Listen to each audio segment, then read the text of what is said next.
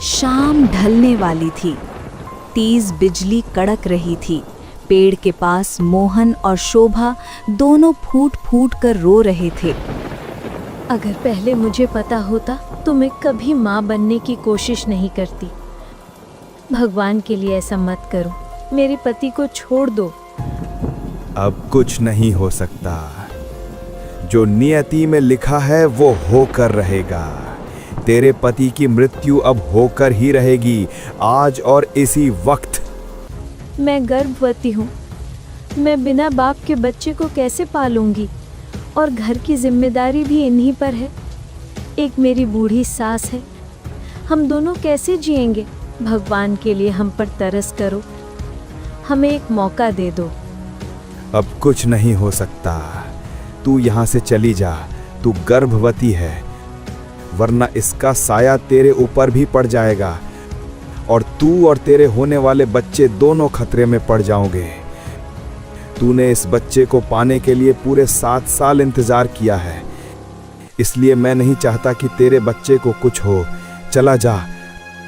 शोभा, तू चली जा। मैं नहीं चाहता कि मेरे बच्चे को कुछ हो। मेरी नियति में यही लिखा है तो मुझे ये मंजूर है। तू चली जा। मैंने 7 सालों बाद अपनी संतान को पाया है और मैं नहीं चाहता कि मेरी वजह से मेरे बच्चे को कुछ हो जाए। नहीं जी, मैं आपको छोड़कर नहीं जा सकती। मैं आपको यूं मौत के मुंह में नहीं छोड़ सकती। मैं बच्चे को क्या जवाब दूंगी? जब ये दुनिया में आएगा तो मैं इसे क्या बताऊंगी कि इसके पिता को मैं मौत के मुंह में छोड़ आई? नहीं, ऐसा नहीं होगा। तुम्हारा पति ठीक कह रहा है, चली जाओ यहाँ से। इन्होंने मुझे पहले नहीं बताया था, वरना मैं इस बच्चे को कभी स्वीकार नहीं करती। तभी आसमान में अचानक तेज बिजली कड़कती है। मोहन छटपटाने लगता है और अचानक गायब हो जाता है। नहीं नहीं, तुम तो मुझे छोड़कर कहाँ जा सकते हो? वापस आ जाओ, वापस आ जाओ। इतना कहते हुए शोभा फूट फूट कर रोने लगती है और कुछ देर बाद वो अपने घर लौट आती है। क्या हुआ बहू? तो इतना रो क्यों रही है? और मोहन कहाँ है? वो भी तो तेरे साथ वैद्य जी के पास गया था। अभी तक वो क्यों नहीं लौटा तेरे साथ? क्या बताऊं माँ जी, वो अब इस दुनिया में नहीं रहे। ये तू कैसी बातें कर रही है बहू? मजाक मत कर। तू जानती है ना, मुझे ये सब बातें बर्दाश्त नहीं होती। नहीं माँ जी, मैं मजाक नहीं कर रही। मोहन जी की रहस्यमय तरीके से मौत हो गई और उनका शरीर भी गायब हो गया। मैं चाहकर भी उन्हें नहीं बचा सकी। मुझे माफ कर दीजिए माँ जी, मैं विधवा हो गई। इतना कहकर शोभा फूट फूट कर रोने लगती है। नहीं नहीं, ऐसा नहीं हो सकता। भगवान, तूने मुझ पर ये कैसा कहर ढाया? मेरे जवान बेटे को इस दुनिया से उठा लिया और मुझ बूढ़ी को क्यों छोड़ दिया? तुम मुझे उठा लेता पर मेरे बेटे को तो छोड़ देता। ऐसा तुमने क्यों किया? बहू, मत रो। अगर तू रोएगी तो होने वाले बच्चे पर बुरा असर पड़ेगा। मैं नहीं चाहती कि मेरे पोते को कुछ हो। वो मेरे बेटे की आखिरी निशानी है। हम किसी भी तरह उसे इस दुनिया में लाएंगे। तू चुप हो जा। दोनों किसी तरह खुद को संभालती हैं और फिर अगली सुबह होती। अब क्या करूं? घास काट कर कुछ पैसे आ जाएंगे। इतना कहकर वो खेत में चली जाती है और घास काटकर किसी तरह घर लौटती है। बहू, तू इस हालत में खेत क्यों गई काम करने? अरे तू तो जानती है तेरे 9वें महीने का समय चल रहा है। अगर इस बच्चे को कुछ हो जाता तो? माँ जी, आपके घुटनों में दर्द है। अगर आप जाती तो आपको तकलीफ होती, इसलिए मैं ही चली गई। मुझे अब भूख लग रही है, कुछ खाने को है क्या? घर में कुछ नहीं है बहू, सिर्फ रोटी है, पानी के साथ खा ले। मैं क्या करूं? मैं चाहकर भी तुझे अच्छा खाना नहीं दे सकती इस हालत में। कोई बात नहीं माँ जी, मैं यहीं खा लूंगी। फिर वो पानी के साथ रोटी खाने लगती है। ऐसे ही कई दिन बीत जाते हैं। फिर एक रात अचानक शोभा के पेट में दर्द होने लगता है। माँ जी, बहुत दर्द हो रहा है। लगता है बच्चा इस दुनिया में आने वाला है। बहू, डर मत, कुछ नहीं होगा। बस किसी तरह ये बच्चा ठीक ठाक इस दुनिया में आ जाए, यही प्रार्थना है। थोड़ी देर बाद शोभा एक बेटे को जन्म देती है। देखो बहू, पोता हुआ है मेरा, बिल्कुल मेरे बेटे जैसा लग रहा है। भगवान का शुक्र है कि उन्होंने हमारे बच्चे को सही सलामत इस दुनिया में भेजा। अचानक बच्चा जोर जोर से रोने लगता है। माँ जी, क्या हो गया? देखो ना, ये इतना रो क्यों रहा है? लगता है इसे कुछ हो गया है। तू एक काम कर बहू, तू इसका ध्यान रख, मैं वैद्य जी को लेकर आती हूँ। इतना कहकर लीलावती वहां से चली जाती है। तभी कमरे में एक रूह प्रकट होती है। देखो, तुम्हें और तुम्हारे बच्चे में से कोई एक ही बचेगा। जिसने तुम्हारे पति को मारा वह नहीं चाहता कि तुम दोनों जिंदा रहो, इसलिए तुम दोनों में से कोई एक ही बचेगा। भगवान के लिए ऐसा मत कहिए, आप तो नेक रूह हैं, भगवान के भेजे हुए फरिश्ता हैं आप। मेरे साथ ऐसा मत कीजिए। मैंने अपना पति खोया है, अब मेरा बच्चा भी न छीने। बस अब एक ही उपाय है जिससे तुम्हारे बच्चे की जान सुरक्षित रह सकती है, नहीं तो थोड़ी देर में तुम्हारा बच्चा मर जाएगा। मैं इसलिए आया हूँ ताकि तुम्हारी मदद कर सकूं। कोई उपाय बता दीजिए नेक रूह, जिससे मैं अपने बच्चे को बचा सकूं और सारी जिंदगी उसके साथ रह सकूं। तुम्हारा बच्चा सुरक्षित रहेगा, इसका मैं वादा करता हूँ, लेकिन तुम्हें यहाँ से जाना होगा। तुम्हें ये दुनिया छोड़नी होगी, क्योंकि तुम्हारे भाग्य में यही लिखा है कि तुम और तुम्हारा पति दोनों इस दुनिया को छोड़ दो, तभी तुम्हें ये संतान सुख प्राप्त होगा। तुम अपना जीवन त्याग दो। ठीक है, मैं अपना जीवन त्यागने के लिए तैयार हूँ। बस मेरा बच्चा सही सलामत रहे, यही मेरी इच्छा है। तुम्हारी ये मनोकामना पूरी होगी। अब मेरे साथ चलो। तभी कमरे में तेज रोशनी फैल जाती है। शोभा के शरीर से आत्मा निकल जाती है। नेक रूह वहां से चला जाता है। कुछ देर बाद लीलावती वापस आती है। हे भगवान, ये क्या हो गया? मेरा पोता चुप कैसे हो गया? और बहू, ये तू ऐसे क्यों लेटी है? बहू, उठ बहू, क्या हुआ बहू? पर शोभा कुछ नहीं कहती। हे भगवान, मेरी बहू भी मुझे छोड़कर चली गई। अब मैं कैसे जीऊंगी? मेरा बेटा भी चला गया, मेरी बहू भी। अब मैं इस मासूम पोते के साथ कैसे जीवन बिताऊंगी? भगवान, ये कैसा अन्याय किया है तूने? वह फूट फूट कर रोने लगती है। तभी वहां एक बकरी आ जाती है। तू यहाँ क्या कर रही है? चली जा। ये घर श्रापित है।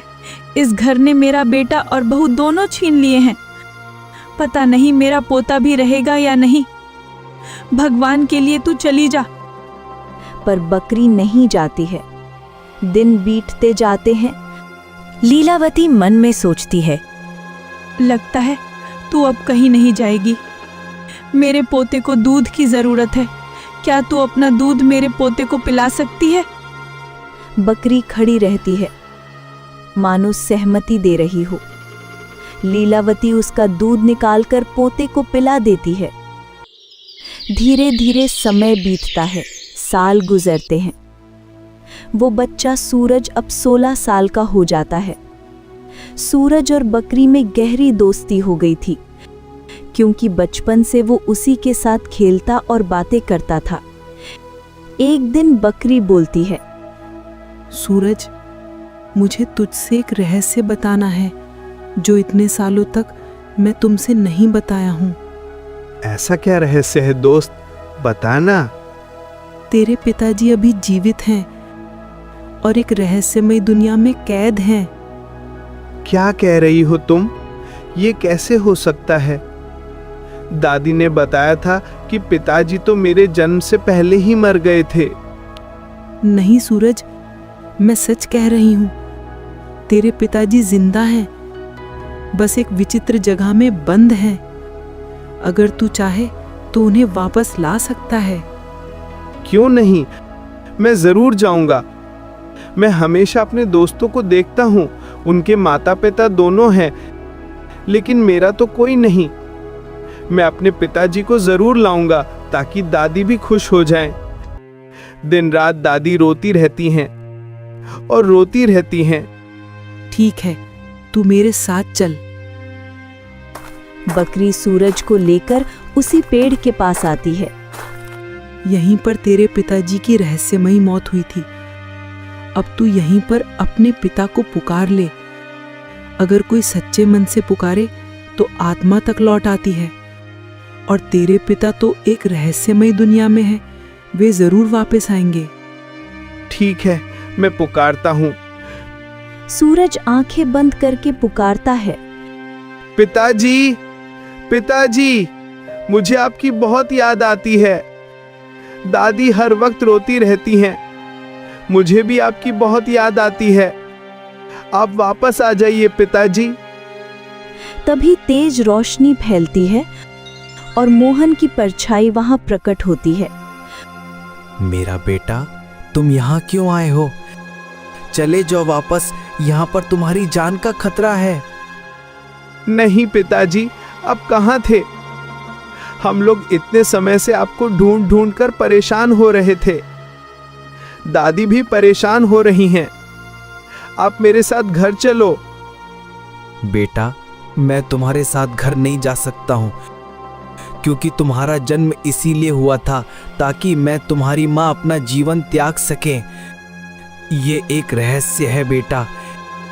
कैसा रहस्य पिताजी? मुझे जानना है। बेटा, ये बात तुम्हें वक्त के साथ पता चलेगी। जब मेरी शादी के 7 साल बीते थे, तब मेरी माँ गर्भवती नहीं हो पा रही थी। तब मैंने सुना था कि इसी पेड़ के पास एक विचित्र शक्ति रहती है और वो जो मांगो वो दे सकती है, पर वो देने के बाद मोल मांगती है। हम उसे नहीं देख सकते, लेकिन वो हमें देख सकती है। इसलिए उसने मेरी इच्छा पूरी की और तुम्हें इस दुनिया में लाया, और उसने मुझसे मेरी जान मांगी। मुझे अपनी जान देनी पड़ी। ये बहुत गलत है। अगर किसी को देवता बनकर वरदान देना था, तो एक बच्चे को उसकी माँ बाप से कैसे अलग कर सकता है? नहीं बेटा, मैं मरा नहीं। मैं उस विचित्र आवाज के कैद में हूं, लेकिन मुझे यहां से कोई आजाद नहीं कर सकता है। आप चिंता मत करें पिताजी, इस दुनिया में हर चीज का उत्तर होता है। मैं आपको आजाद करके रहूंगा। देखो बेटा, जो चीज दिखाई देती है उससे लड़ना आसान है, और जो चीज दिखाई नहीं देती उससे हम कैसे लड़ सकते हैं? तुम एक मासूम बच्चा हो, तुम ये कभी नहीं कर पाओगे।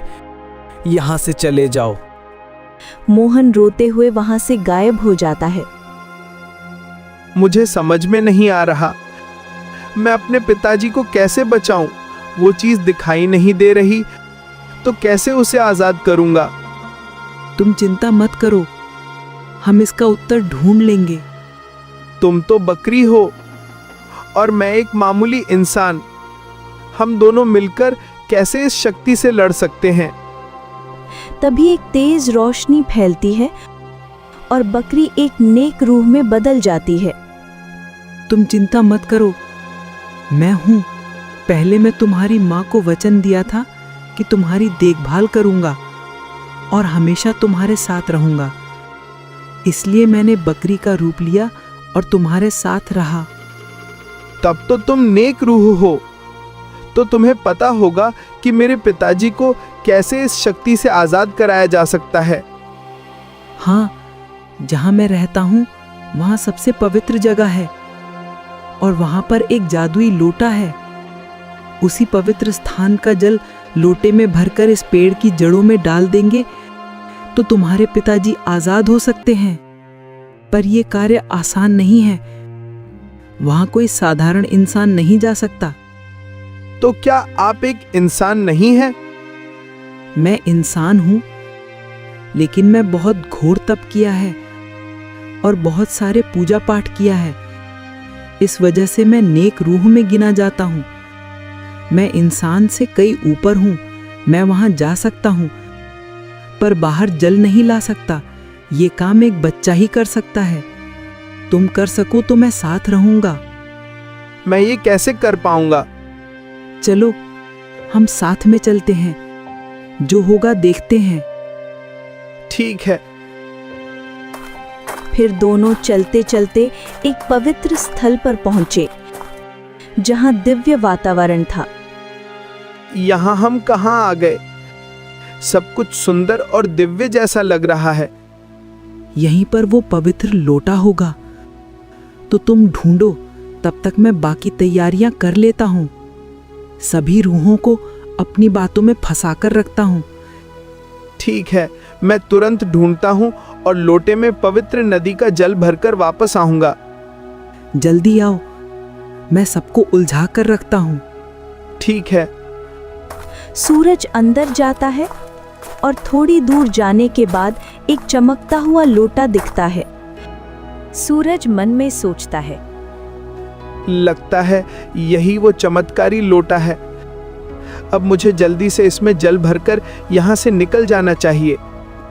फिर सूरज जल्दी से वो लोटा ले लेता है और जल भरकर बाहर निकल जाता है जंगल से। बाल बाल बच गया, वरना पकड़े जाते तो पता नहीं क्या होता। बहुत अच्छा काम किया सूरज। अब जल्दी चलो, उस पेड़ की जड़ों में डालो। ठीक है, मैं डालता हूँ। सूरज जल लेकर पेड़ की जड़ों में डालता है। तभी तेज रोशनी फैलती है और मोहन सही सलामत वापस आ जाता है। ये तो सच में चमत्कार है। मैं कैसे वापस आ गया? ये कमाल है। पिताजी, आप ठीक है ना? मुझे उम्मीद नहीं थी कि मैं आपको देख पाऊंगा। तुमने ये ठीक नहीं किया। मैं तुम्हें यहीं जला दूंगा। तुमने बहुत गलत किया है। ये क्या कह रहा है? अब हम क्या करेंगे? कुछ नहीं कर सकता। वो आवाज पेड़ की काली शक्ति है। और हाँ, तुम्हारी माँ भी जिंदा है। क्या सचमुच मेरी माँ जिंदा है? हाँ, ये पेड़ एक काली शक्ति है जो इंसानों की इच्छाएं पूरी करती है और साथ में माँ बाप को बच्चों से अलग कर देती है, फिर सबको अपने अंदर लेकर गुलामी कराती है। मैंने तुम्हारे पिताजी को आज़ाद कर दिया, अब तुम्हारी माँ को भी आज़ाद करेंगे। पर तुम्हारी माँ कहाँ है, मुझे ये नहीं पता है। मैं अपनी माँ से मिलना चाहता हूँ। इतने सालों से मैंने माँ को नहीं देखा। मुझे मिलवाइए। मुझे पता है कि मेरी पत्नी कहाँ है। इतने सालों तक मैं उसके कब्ज में रहकर उसके बहुत सारे राज को जान गया हूँ। चलो मेरे साथ बेटा। ठीक है, मैं तुम्हारे साथ चलता हूँ। चलो हम तीनों मिलकर तुम्हारी माँ को आज़ाद करते हैं। फिर तीनों वहां से चल दिए और चलते चलते दूसरे गांव में पहुंच गए। रात का समय था। चारों ओर सन्नाटा छाया हुआ था। अचानक सूरज, मोहन और नेक रूह जब उस रहस्यमयी जंगल में पहुंचे तो उन्होंने देखा एक औरत जमीन पर पड़ी है और 3 विशाल सांप उसे डस रहे हैं। ये क्या पिताजी? इस औरत को 3-3 सांप क्यों डस रहे हैं? ये तो बहुत खतरनाक स्थिति है। मुझे इसे बचाना होगा। ये औरत कोई और नहीं बल्कि तुम्हारी माँ शोभा है। क्या? नहीं पिताजी, ये कैसे हो सकता है? मेरी माँ को सांप डस रहे हैं और वो फिर भी जिंदा है। ये असंभव है। नहीं बेटा, ये सच है। ये सांप साधारण नहीं है, ये उसी रहस्य का हिस्सा है।